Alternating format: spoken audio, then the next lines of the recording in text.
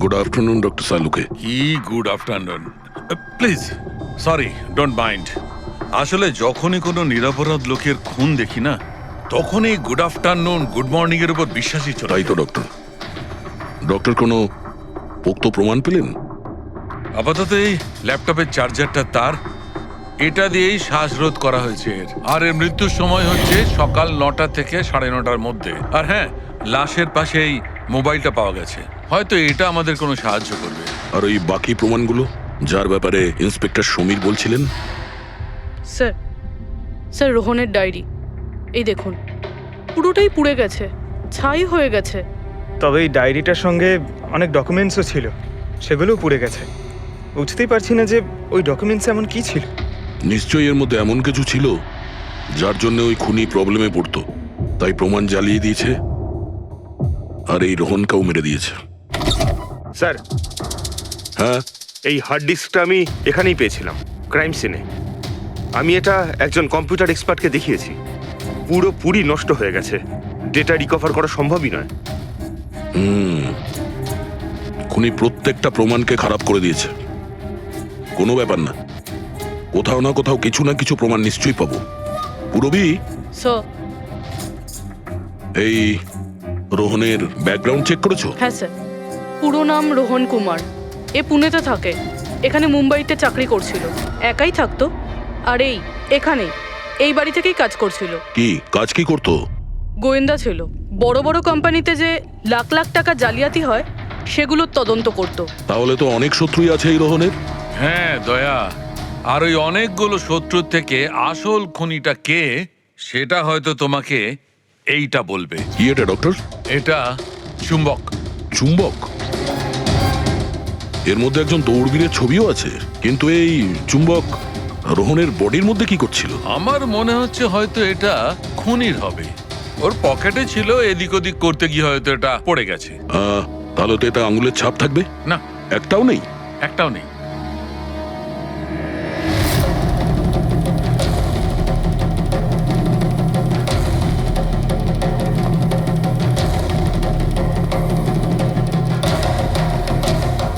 খুনি মনে হয় এখান থেকে এসছে। রবি, স্যার।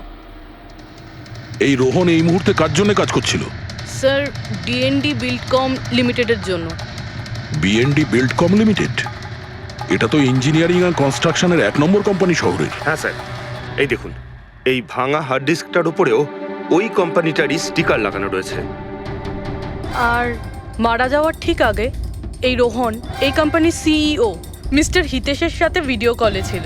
আর স্যার, এই লোকাল পুলিশ স্টেশনেই হিতেশে কমপ্লেন করেছিল।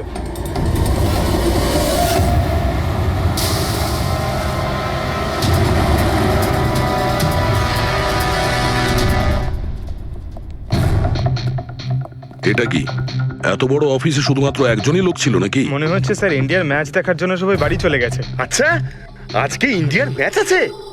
স্কোরটা কি হলো? কোহলি সেঞ্চুরি করতে যাচ্ছে। কি বলছেন স্যার? আপনি কি করে জানলেন? বাইরে ওয়াচম্যান কমেন্ট্রি শুনছিল। ইনভেস্টিগেশন করতে এসেছি, চোখ কান খোলা রাখতে হবে। স্যার, হিতেশের cabin. Mister Hitesh, hi, CID. Please বসুন। আমি আপনাদেরই অপেক্ষায় ছিলাম। শুরু থেকে বলুন সবকিছু। 6 মাস আগে আমি রোহনকে কাজে রাখি। গত 5 বছর ধরে আমাদের কোম্পানিতে যে লোকসান হচ্ছে তা আগে কখনো হয়নি। কি ধরনের ক্ষতি? লোকসানের লিস্ট তো বলে শেষ করা যাবে না। যে টেন্ডারগুলো আমাদের কোম্পানির পাওয়া উচিত ছিল সেগুলো হাত থেকে বেরিয়ে যাচ্ছিল। এই দেখুন, 1100 কোটির রিফাইন্ডিং কন্ট্রাক্ট, 37 কোটির রেলওয়ে কন্ট্রাক্ট আর 800 কোটির পাওয়ার ট্রান্সমিশন কন্ট্রাক্ট। এটাও তো হতে পারে যে যে সমস্ত কোম্পানি এই কন্ট্রাক্টটা পেয়েছে ওরা আপনার থেকে কম কোট দিয়েছে। সেটাই তো আমি বলতে চাইছি স্যার। যদি অন্য অন্য কোম্পানি এই টেন্ডার পেতো তাহলে ব্যাপারটা অন্য ছিল, কিন্তু এই সমস্ত কন্ট্রাক্ট একটা মাত্র কোম্পানিই পেয়েছে। আর সবচেয়ে বড় কথা হলো তাদের অ্যামাউন্ট আমাদের দেওয়া অ্যামাউন্টের থেকে মাত্র 1000 টাকা কম। শুধুমাত্র 1000 টাকা কম? কোন কোম্পানি এটা? XPL infrastructure. XPL infrastructure? তাহলে আপনার মনে হচ্ছে যে আপনার কোম্পানিতে এমন কেউ বেইমান আছে যে স্যালারি আপনার থেকে নেয় কিন্তু কাজ এক্সপিএল এর জন্য করে? 100% কেউ না কেউ তো অবশ্যই আছে। আর রোহন ওই লোকটার খুব কাছাকাছি পৌঁছে গিয়েছিল। ওর লাস্ট ফোন কলে আমায় এটাও বলেছিল যে সেই বেইমান এস্টিমেটিং অ্যান্ড টেন্ডিং ডিপার্টমেন্টের লোক। আচ্ছা, এই ক্রাইম সিন থেকে আমরা এই ড্যামেজড হার্ড ডিস্কটা পেয়েছি। কি আছে এর ভেতরে? স্যার, এটা আমাদের কোম্পানির গত 5 বছরের CCTV footage, call logs, emails, আমাদের কোম্পানিতে কত এমপ্লয়িজ আছে, সমস্ত ইনফরমেশন এতে ছিল। তাহলে এর কপি নিশ্চয় আছে আপনার কাছে? আগে হ্যাঁ, আছে। আমরা ওটা আমাদের সঙ্গে নিয়ে যাব। শিওর।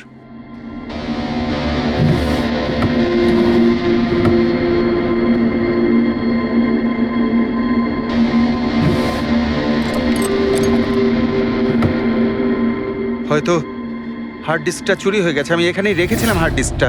কি? আপনার কেবিনের ভেতর থেকে কোনো জিনিস কি করে চুরি হয়? হয়তো আমার অনুপস্থিতিতে কেউ এসেছিল আর এখান থেকে।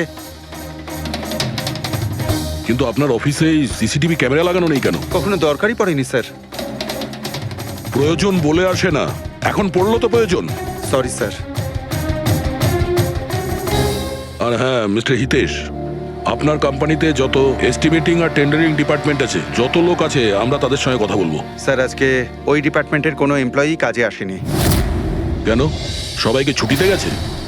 আসলে ওরা প্রত্যেকেই ম্যারাথন রেসে পার্টিসিপেট করতে গেছে, যেটা সকাল 7টা থেকে 11টার মধ্যে হবে। কি? সবাই ওই ম্যারাথন রেসে দৌড়তে গেছে? হঠাৎ করে সবাই এরকম রানার হওয়ার স্বপ্ন দেখছে কেন? আসলে আমাদের কোম্পানি এই ম্যারাথন রেসটা স্পন্সর করছে, তাই আমাদের এমপ্লয়ীদের এটা বাধ্যতামূলক ছিল ওখানে পার্টিসিপেট করা। শুধু তারাই পারবে না যাদের হাঁটুতে বা অন্য কোনো সমস্যা আছে। তো আপনারও সমস্যা আছে হাঁটুতে? হ্যাঁ। আচ্ছা আচ্ছা, এই ডিপার্টমেন্টে কতজন কাজ করে? 10 জন। আর এই 10 জনই ম্যারাথন রেসে গেছে? হ্যাঁ স্যার, যদি কেউ না যেত আমি অবশ্যই জানতে পারতাম স্যার। স্যার, হুম, যদি পুরো ডিপার্টমেন্টের সবাই ম্যারাথনে দৌড়চ্ছিল যখন রোহনের খুন হয়েছিল, তাহলে খুনটা করলো কে? হতে পারে ওই কন্ট্রাক্ট কিলার। এক মিনিট, মিস্টার হিতেশ, আপনার কাছে এই ম্যারাথন রেসের কোনো ব্রোশিয়া, কোনো লেটার আছে? ইয়েস স্যার, আমি আনছি। কি হলো স্যার? চুম্বকে ওই দৌড়ানোর লোকটা, ম্যারাথন রেস, এক্ষুনি জানতে পারবো। এই নিন sir. Thank you. You are welcome sir. দেখেছো, এটাই হলো ওই চুম্বকের রহস্য। যেটা ক্রাইম সিনে পাওয়া গেছে সেটা ম্যারাথন রেসে। মানে স্যার, ও ম্যারাথন রেসে দৌড়চ্ছিল, রোহনকে খুন করার জন্য ওর রেস ছেড়ে দিয়ে ওর বাড়ি চলে যায়। মনে তো হচ্ছে এইরকমই। স্যার, এই বিপ ম্যাগনেট জার্সির ওপর লাগানো হয়। সঞ্জু স্যারকে একটু বুঝিয়ে দাও। দেখুন স্যার, এই ম্যাগনেটটাকে এখানে এইভাবে লাগিয়ে দিতে হবে। সেম এরকমই আরেকটা নেওয়ার পরে জার্সির ভেতর থেকে আমরা নিয়ে নেব, আর এটাকে আমরা এইভাবে লাগিয়ে দেবো। সেম আরেকটা এইভাবে নিয়ে এটাকে নিয়ে আমরা এইভাবে লাগিয়ে দেবো, আর এটা এইভাবে লক হয়ে যায়। আগে আমরা সেফটি পিন ইউজ করতাম, কিন্তু 2-1 রানার্সদের চোট লেগেছিল, তাই আমরা এই ম্যাগনেট টেকনিকটার ব্যবহার করছি। এই ম্যাগনেট আর রেসিং হুইপ আপনি সব প্রতিযোগীকেই দিয়েছিলেন? ইয়েস স্যার, সবাইকে জানিয়ে দেওয়া হয়েছিল, বলাও হয়েছিল রেস শেষ হয়ে যাওয়ার পরে সব ম্যাগনেটগুলোকে ফেরত দিয়ে দিতে। তাহলে কারা কারা এই ম্যাগনেট ফিরিয়ে দেয়নি? স্যার, অনেকেই দেয়নি, কেউ ফেলে দিয়েছিল, কেউ বা হারিয়ে ফেলেছিল, আর এক একজনের দায়িত্বও ছিল না যে জিনিসটাকে ফেরত দিতে হবে। একটা কথা তো শিওর, কেউ রেস মাঝপথে ছেড়ে দিয়েছিল, গিয়ে খুন করে আবার ফিরে এসেছে। কিন্তু স্যার, রেস তো অনেক লোকেই মাঝখানেই ছেড়ে দিয়েছিল, কিন্তু এটা কি করে জানা যাবে যে তাদের মধ্যে রোহনকে কে মেরেছে? ওই 10 জনের মধ্যেই কেউ হবে যারা ক্যান্টিন ডিপার্টমেন্ট আর এস্টিমেটিং ডিপার্টমেন্টে কাজ করছিল। কিন্তু স্যার, ওই 10 জনের মধ্যে রেস মাঝপথ থেকে ছেড়ে দিয়েছিল, এটা কিভাবে জানতে পারবো? জানা যেতে পারে স্যার। কি করে? স্যার, আমরা প্রত্যেকটা প্রতিযোগীর মাথায় গোপ্রো ক্যামেরা লাগিয়েছিলাম, আর সেটা থেকে জানা যেতে পারে কে মাঝপথে ছেড়ে দিয়েছিল। ওয়ান্ডারফুল।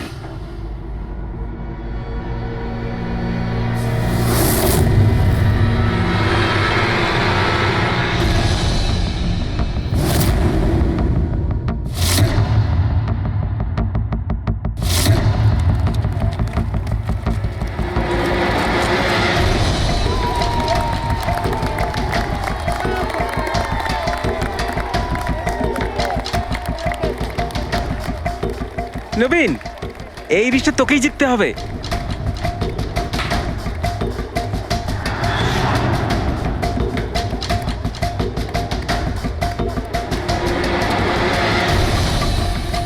রান।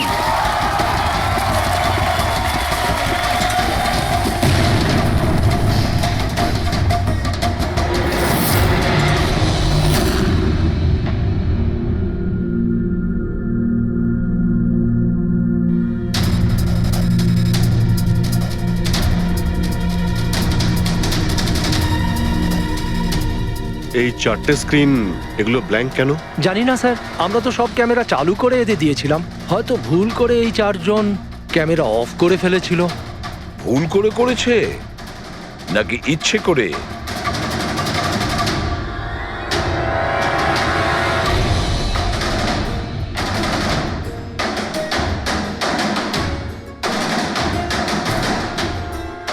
এদের মোটিভটা কি বুঝে উঠতে পারছি না। এরা কি করতে চাইছিল? কি কুনাল, একটা ক্যামেরা ভাঙা, একটা ক্যামেরায় মাটি লেগে আছে, এই চারটে ক্যামেরা ব্ল্যাঙ্ক, সেটা কেন? জানি না স্যার। ওইসব জানি নাটা নিয়ে বললে হবে না। এই সব কটা ক্যামেরা 10-এ 10 আমার চাই। স্যার, এই তিনটে ক্যামেরা একদম ঠিক ছিল স্যার। এমপ্লয় 1, এমপ্লয় 2 আর এমপ্লয় 3। তার মানে এই তিনটে ক্যামেরায় কোনো টেকনিক্যাল প্রবলেম ছিল না। কেউ ইচ্ছে করে ক্যামেরাগুলো বন্ধ করেছিল বা ভুল করেও করে থাকতে পারে, কিন্তু বলা যায় না। কিন্তু স্যার, এই চারটে ক্যামেরারই ফুটেজ একদম ঠিকঠাক স্যার। এমপ্লয়ি 4, 5, 6, 7। তাহলে এবার যাই প্রবলেম ক্যামেরাতে। সবার আগে প্রবলেম ক্যামেরা ছিল এই নবীনের, যার লেন্স ক্র্যাক হয়ে গেছিল। হতে পারে দৌড়তে দৌড়তে পড়ে গেছিল।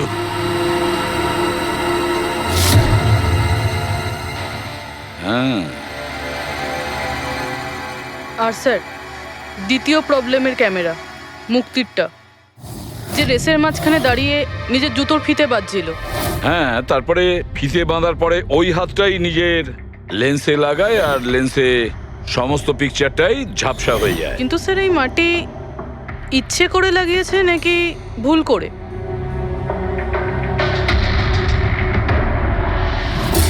আরে 10টা লোকের তো 10টা গোপ্রো ক্যামেরা থাকা উচিত, এখানে তো দেখছি 9টা। গৌরবের ক্যামেরাটা কি হলো, সেটা কোথায়? স্যার, ওই ক্যামেরাটা হারিয়ে গেছে। গৌরব ওটা ফেরত দেয়নি। তাহলে স্যার এই গৌরবই খুনি, ওকে ধরে ফেলা উচিত। না পঙ্কজ, এইভাবে হয় না। হতে পারে গৌরব ক্যামেরাটা ফেরত দিতে ভুলে গেছে। আমাদের এটা ভাবতে হবে যে খুনি এই সময়টাই কেন বেছে নিল ম্যারাথন রেসের টাইমে খুন করার জন্য। ও তো চাইলে যে কোনো সময় খুন করতে পারতো, যে কোনো জায়গায় পারতো। হ্যাঁ, অ্যালিবাইয়ের জন্য স্যার, যাতে ধরা পড়লে খুনি বলতে পারে যে রোহনকে খুনের সময় ও তো ম্যারাথনে পার্টিসিপেট করেছিল।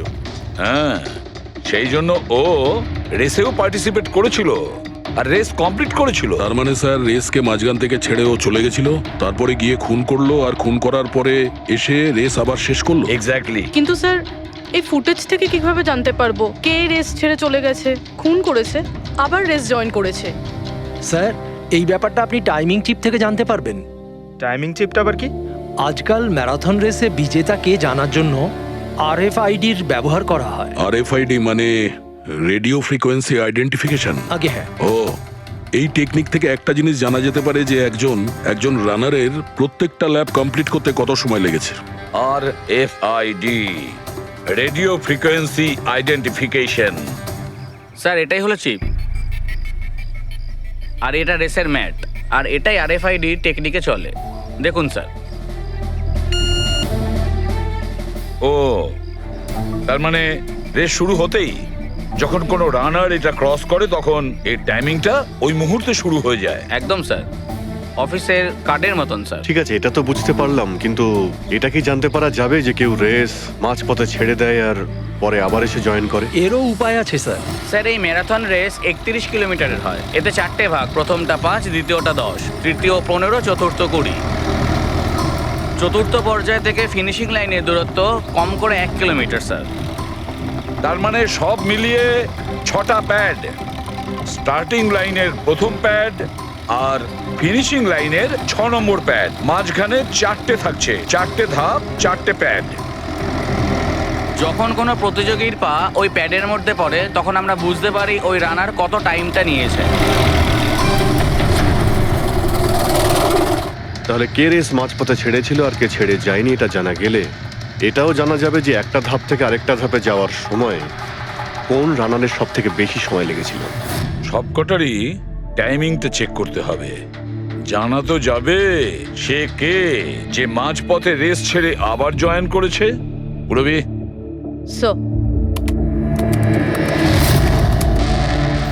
স্যার, আমাদের প্রথম কচ্ছপ হলো এই নবীন। এ রেসের প্রত্যেকটা ল্যাপ 25 মিনিটে কমপ্লিট করেছে, কিন্তু শেষ ল্যাপের পরে ফিনিশিং লাইন পর্যন্ত পৌঁছানোর জন্য, মানে 1 কিলোমিটার ক্রস করার জন্য ওর 50 মিনিট সময় লেগেছে। নবীন,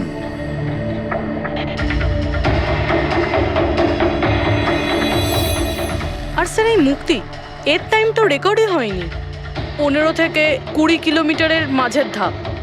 তাহলে এ হলো দ্বিতীয় সাসপেক্ট।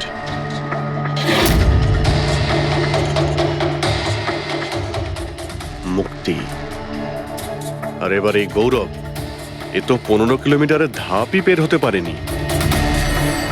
তাহলে এই হলো আমাদের তৃতীয় সাসপেক্ট।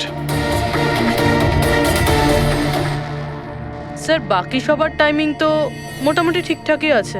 তার মানে এই খুন এই 3 জনের মধ্যেই কেউ করেছে, মুক্তি, নবীন আর গৌরবের মধ্যে।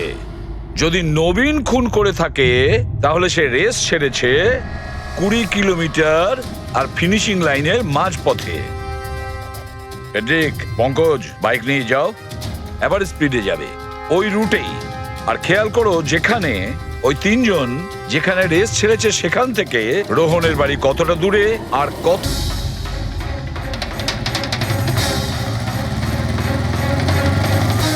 15 কিলোমিটারের মার্ক থেকে আসছি স্যার। এটা 10 কিলোমিটার। হ্যাঁ, মুক্তি বোধহয় এখানেই কোথাও দাঁড়িয়েছিল, 10 আর 15 কিলোমিটারের মার্কের মাঝখানে। এই আমি স্টপ ওয়াচটা অন করলাম আর আমি চললাম রোহনের বাড়ি। থাম পঙ্কজ, এই রাস্তাটা দিয়ে। এই রাস্তা দিয়ে? হ্যাঁ, এই রাস্তাটা। চলুন। আরে আস্তে চালা না। হ্যাঁ।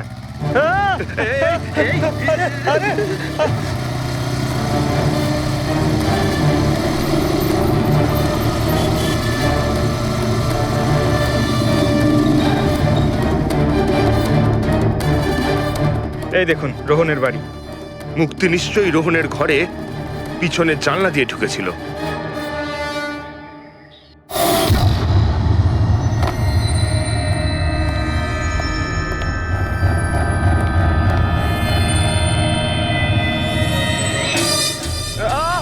আরে অ্যাক্টিং করতে বলেছিলাম। থাম। মুক্তি রোহনকে খুন করার পর হয়তো সমস্ত তথ্য প্রমাণ পুড়িয়ে আবার দৌড়ে ফিরে গিয়েছিল ম্যারাথন শেষ করতে। চল আমরা আবার যাব সেই ম্যারাথনের ওখানেই, 20 কিলোমিটারের মার্কটার কাছে।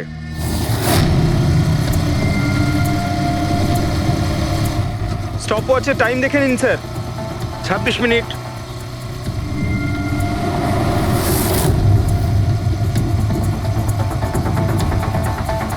বাহ, আরে ব্যাস ব্যাস ব্যাস।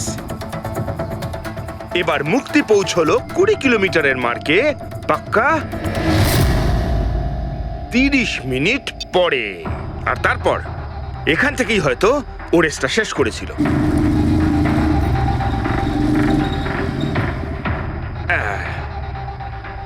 এবার শোন, গৌরব যদি খুন করে থাকে তাহলে ও রেসটা এখানেই ছেড়েছিল, 10 আর 15 কিলোমিটার মার্কের মাঝামাঝি। এই আমি স্টপ ওয়াচ অন করলাম। এবার যাব আমরা রোহনের বাড়ি। চলো। চল।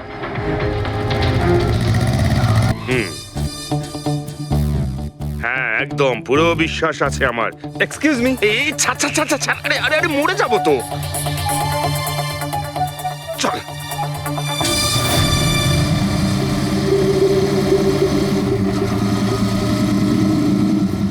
ব্যাস। একটু দাঁড়ান, আমি বুঝতে পেরেছি, আমি বলছি। এই গৌরব রোহনের বাড়ি থেকে 15 থেকে 20 কিলোমিটার দূরে রেসে আবার জয়েন করেছিল, তাই না? শাবাশ! হ্যাঁ। আমার সাথে থেকে থেকে তোরও তো বুদ্ধি খুলে গেছে। আর এই সব কিছু করতে গৌরবের টাইম লেগেছিল পুরো 27 মিনিট। এবার দেখা যাক নবীনের কত লেগেছিল। এবার যদি নবীন খুন করে থাকে তাহলে ও নিশ্চয়ই এখান থেকে গেছিল, যেখানে ও পড়ে গেছিল। এই আমি স্টপ ওয়াচ অন করলাম। এবার যাওয়া যাক রোহনের বাড়ি। চল চলুন।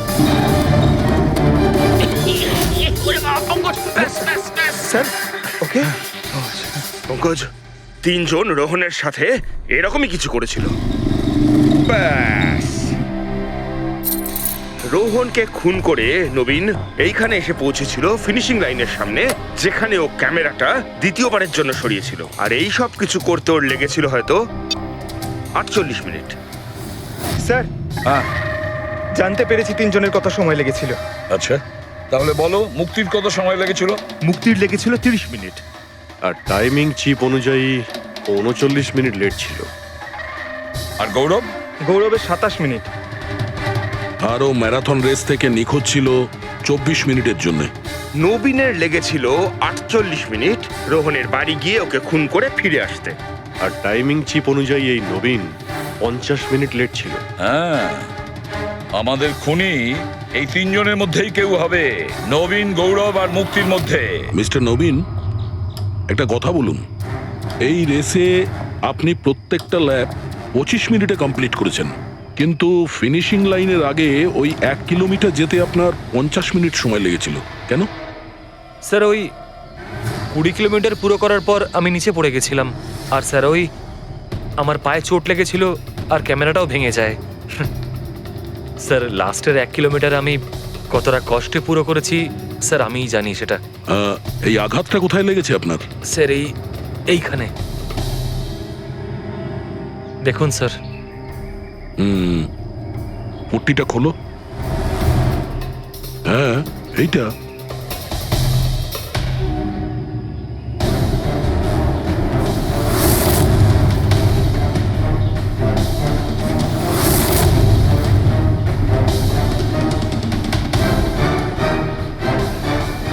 স্যার, এবার আপনার বিশ্বাস হয়েছে যে আমি কোনো দোষ করিনি? নির্দোষ যদি হও, এত ঘাবড়ে যাচ্ছ কেন? ঘাম হচ্ছে, অনেকটা নার্ভাস লাগছো তুমি। হ্যাঁ, মাটি কেন লাগিয়েছিলে ক্যামেরাতে? জানি না, ভুল করে লেগে গিয়েছিল। ভুল করে? 15 থেকে 20 কিলোমিটার ধাপও ভুল করে ছেড়ে দিয়েছিলে নাকি? আমি তো কোনো ধাপই ছাড়িনি, সমস্ত ধাপই পুরো করেছি। কিন্তু টাইমিং চিপ তো অন্য গল্প বলছে। টাইমিং চিপ খারাপও তো হতে পারে। আপনি একজন মেশিনের উপর বিশ্বাস করবেন নাকি একজন জীবন্ত মানুষের উপর? আচ্ছা, তোমার গোপ্রো ক্যামেরাটা কোথায় গেল? তুমি তো ওদের ওটা ফেরত দাওনি। ওটা তো হারিয়ে গেছে স্যার। হারিয়ে গেছে? কি করে হারিয়ে গেল ভাই? জানি না স্যার, ওই রেসের মাঝখানে হঠাৎ করে দেখলাম ক্যামেরাটা ছিলই না, জানি না কোথায় পড়ে গেছে। আচ্ছা, আর ওই 15 কিলোমিটারের ধাপটাও কি হারিয়ে গিয়েছিল? ওটাকে তো পার করনি তুমি। স্যার, আমি পুরো রেস কমপ্লিট করেছি। মিথ্যে কথা বলবে না। রেসের মাঝে কোথায় গিয়েছিলে? কোথাও যাইনি স্যার, আমি তো পুরো রেস কমপ্লিট করেছি, কোথাও যাইনি স্যার। আচ্ছা, স্যার, মনে হচ্ছে নবীনই, কারণ আমি যখন ওকে জিজ্ঞাসাবাদ করছিলাম তখন ওর মুখ একদম ফ্যাকাশে হয়ে গেছিল, হাত পা কাঁপছিল ওর। এই গৌরবও কম নয়। ও বললো জানি না কি করে ক্যামেরাটা হারিয়ে গেছে। আরে, এত বড় একটা ক্যামেরা পড়ে গেলে সেটা কেউ জানতে পারবে না স্যার। বস, তোমার কথাটা ঠিকই, কিন্তু নবীনের একটু আঘাত লেগেছে না? হ্যাঁ স্যার, আঘাত তো ওর লেগেছে। স্যার, আমার মনে হচ্ছে ও মিথ্যে কথা বলছে। স্যার, আমার মনে হচ্ছে মুক্তি মিথ্যে বলছে। ও জেনে শুনেই ক্যামেরায় মাটি লাগিয়েছিল, কারণ নিশ্চয়ই এমন কিছু আছে যেটা ও আমাদের থেকে লুকোতে চাইছে। হ্যাঁ, এটাও হতে পারে, কারণ ক্যামেরায় যদি ভুল করে মাটি লেগে যেত তাহলে আরো সবার ক্যামেরাতে লাগতে পারতো ভুল করে। গোলমাল আছে এই 3 জনের মধ্যে, কোনো না কোনো গোলমাল তো নিশ্চয়ই আছে। খুনি এই 3 জনের মধ্যেই কেউ একজন। নবীন, আমাকে ওই জায়গাটা দেখাও যেখানে তুমি এক্স্যাক্টলি পড়েছিলে। কিভাবে পড়েছিলে? আসুন স্যার। কিন্তু স্যার, আমার পায়ে খুব ব্যথা আছে, আপনি একটু সাহায্য করবেন আমাকে? নিশ্চয়ই নিশ্চয়ই, এসো।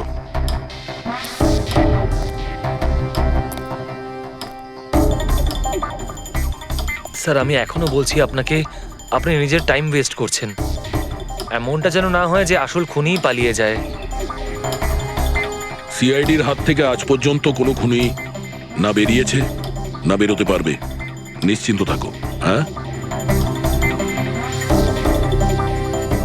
স্যার ওই যে এখানে আটকেই আমি পড়ে যাই। এখানে? হ্যাঁ স্যার, স্যার পড়ে যেতেই আমার ক্যামেরাটাও ভেঙে যায়। আচ্ছা।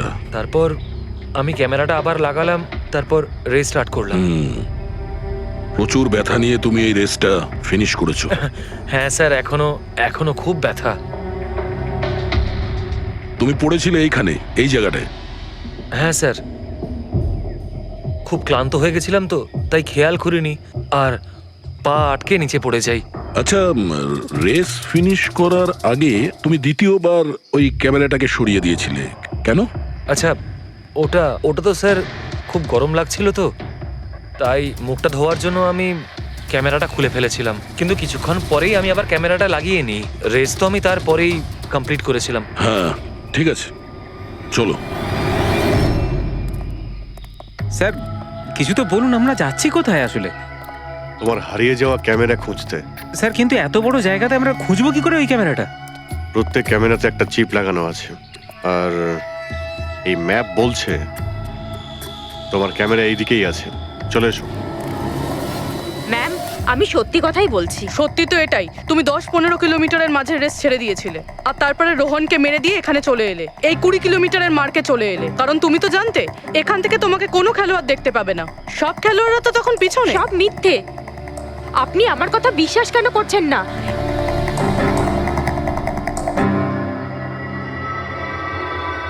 কি কি খুঁজছো? আমি কিছু তো না। কিছু আছে ওখানে?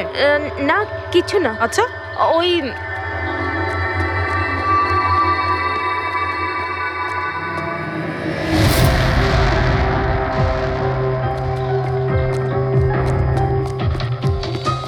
ও তো তুমি সাইকেলে করে গিয়েছিলে রোহনকে খুন করতে? আমি সত্যিই জানি না যে এই সাইকেলটা কার। তাই এক্ষুনি সব জানা যাবে যখন তোমার আঙুলের ছাপ এই সাইকেলে পাওয়া যাবে। হ্যাঁ ম্যাম, প্লিজ। হ্যাঁ,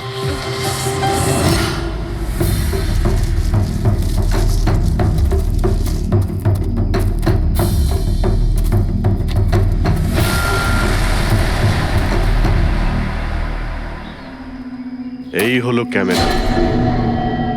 এটাকে পুরো ভেঙে ফেলেছো? হ্যাঁ, আমি ভাঙিনি স্যার।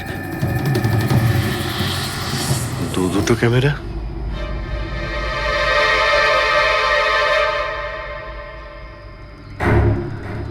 এই ক্যামেরাটা আবার কার? স্যার স্যার সরি, আমি আপনাকে মিথ্যে বলেছি স্যার, কিন্তু আমি আপনাকে সব সত্যি কথা বলে দিচ্ছি স্যার। বলো, তাহলে সত্যি বলার মুড হয়েছে তোমার? বলো। আসলে আমি এই জঙ্গলে না ড্রাগস নিতে এসেছিলাম, ওই গায়ের জোর বানানোর ড্রাগস, যাতে আমার গায়ে শক্তি আসে আর আমি জোরে দৌড়ে এই রেসটা জিতে যেতে পারি। সেই জন্যই আমি ক্যামেরাটা ভেঙে দিয়েছিলাম। খুব ভালো মজা করো তুমি। জোরে দৌড়ানো ড্রাগ নিয়েছিলে ম্যারাথনে, যেখানে অনেকক্ষণ দৌড়তে হয় আস্তে আস্তে, সেখানে জোরে দৌড়ানো ড্রাগের দরকার ছিল। মজা করছো? হ্যাঁ, এটা কার ক্যামেরা? আমি জানি না স্যার। কোনো ব্যাপার না, সব জানতে পেরে যাব। আমি অপরাধ করেছি, কিন্তু ওটা নয় যেটা আপনি ভাবছেন। আমি রোহনকে মারিনি। আমার দোষ শুধু এটুকুই যে আমি রেসটা জেতার জন্য একটু চালাকি করেছিলাম। বুঝলাম না, কি করেছো তুমি? আমি জানতাম না যে টাইমিং চিপ প্রত্যেক ধাপে রানারের টাইম নোট করবে। আমি ভেবেছিলাম শুধু রেসের প্রথমে আর শেষে টাইম ক্যালকুলেট হবে, আর তাই 10 কিলোমিটার পর্যন্ত এসে ক্যামেরায় মাটি লাগিয়ে দিয়েছিলাম আর ওখান থেকে সাইকেল নিয়েছিলাম।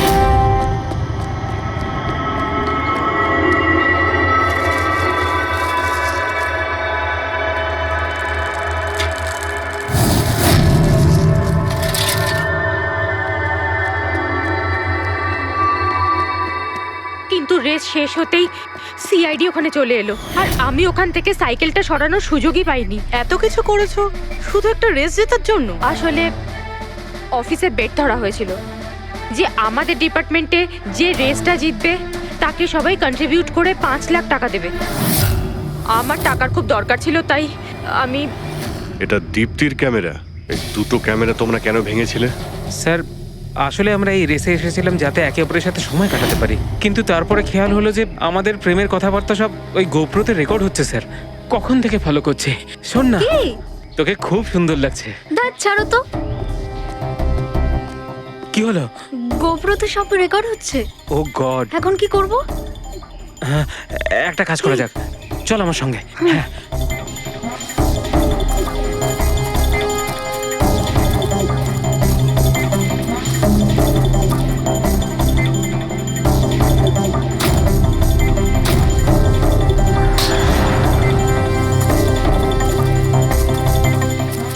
আরে তোমরা তো অদ্ভুত কাজ করেছো। আরে এতে তো কোনো সাউন্ড রেকর্ডই হয় না। তোমরা তো বোকার মতো কাজ করেছিলে। হয়তো কে দুটো ক্যামেরা ভেঙে দিয়েছো। কি স্যার, এতে কিছু রেকর্ড হয়নি? স্যার, নবীন তো আমাকে ওই জায়গাটা দেখিয়েছে যেখানে ও পড়েছিল, কিন্তু কেন জানি না আমার মনে হচ্ছে যে ও মিথ্যে কথাই বলছে। আরে মুক্তি, স্যার মুক্তি বলেছে যে ও সাইকেলের ব্যবহার করেছে রেস জেতার জন্য। স্যার হতে পারে ও মিথ্যে কথা বলছে, আর রোহনকে খুন ওই করেছে। আর গৌরব আর দীপ্তি, ওদের লাভ স্টোরির কি হলো? কতটা সত্যি? হ্যাঁ, ওরা সত্যি কথাই বলছে। ফোন রেকর্ডে দেখাচ্ছে দীপ্তি আর গৌরব প্রতিদিন 3-4 ঘন্টা করে নিজেদের মধ্যে কথা বলতো স্যার। একটা কাজ করি আমরা, আবার ম্যারাথন রেসের ফিনিশিং ভিডিওটা দেখি।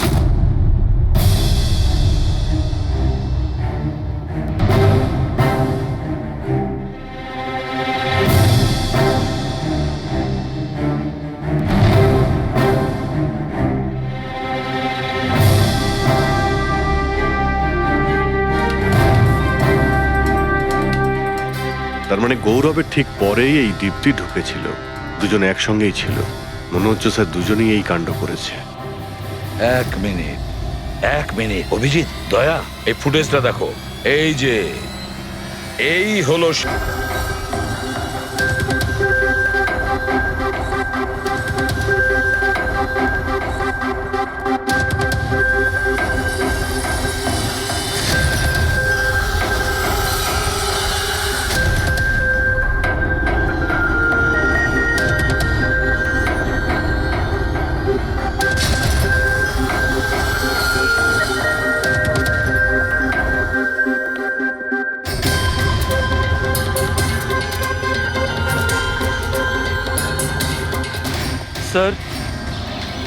আমাদের এখানে কেন ডাকা হয়েছে? খুনির নাম বলবার জন্য।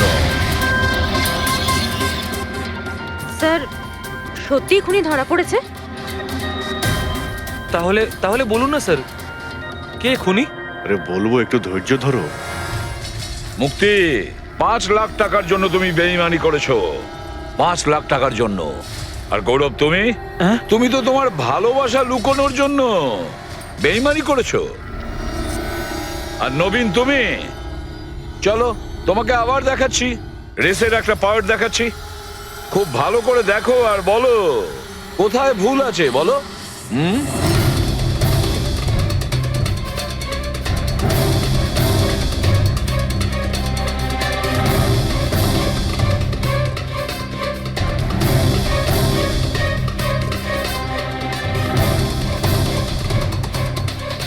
কিছুই তো নেই স্যার, সবই তো ঠিকই আছে। কোনো প্রবলেম নেই। তোমার মনে আছে তুমি বলেছিলে যে ক্যামেরাটা দ্বিতীয়বার যখন তুমি সরিয়েছিলে তারপরে তুমি মাথায় জল ঢেলেছিলে? ওটা তো স্যার খুব গরম লাগছিল, তো তাই মুখটা ধোয়ার জন্য আমি ক্যামেরাটা খুলে ফেলেছিলাম। মিথ্যে বলেছিলে তুমি, নিজের মাথায় জল ঢেলেছিলে। অথচ যখন ফিনিশিং লাইনে পৌঁছলে তখন তো তোমার ভেজা অবস্থায় থাকার কথা ছিল। কিন্তু এই ফুটেজে আমরা কি দেখতে পাচ্ছি? তুমি শুকনো অবস্থায় দৌড়চ্ছ। হয়তো জল শুকিয়ে গেছিল। বর্ষাকালে অত তাড়াতাড়ি জল শুকিয়ে গেল? অদ্ভুত ব্যাপার। তাহলে নবীন, তোমাকে আরো একটা ফুটেজ দেখাই, এই গল্পের শেষ অংশ। বলো, এটা দেখে তোমার কি মনে হচ্ছে?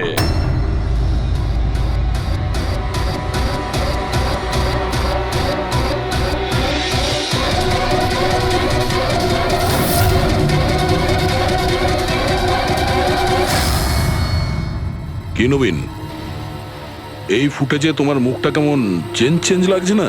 হ্যাঁ, অন্যরকম তো দেখাবেই, কারণ এই মুখটা নবীনের নয়, ওর ভাই প্রবীণের।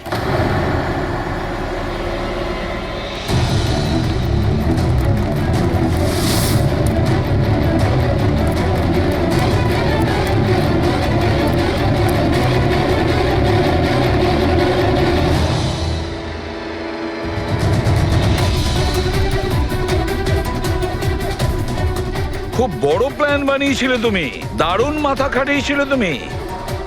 প্রথমে 3টে এমপ্লয়ির ক্যামেরা বন্ধ করে দিয়েছিলে,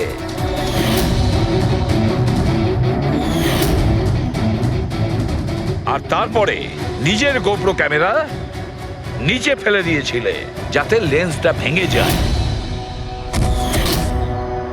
আর তারপর নবীন নিজের ক্যামেরাটাকে খুলে পরিয়ে দিল নিজের ভাইকে, মানে প্রবীণকে।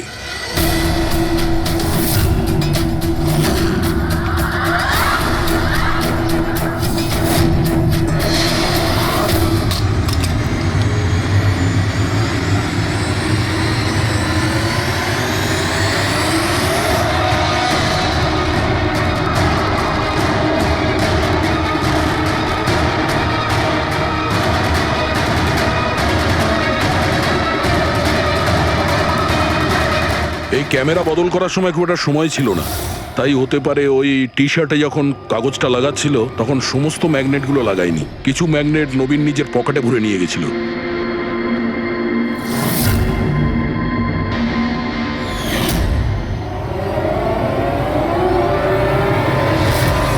নবীন রেস ছেড়ে বেরিয়ে যায় রেইনকোট পরে, আর পৌঁছে যায় রোহনকে খুন করার জন্য। কিন্তু ও কি করে জানবে যে রোহনকে মারার সময় ম্যারাথন রেসের ওই ম্যাগনেটই ওকে ফাঁসিয়ে দেবে?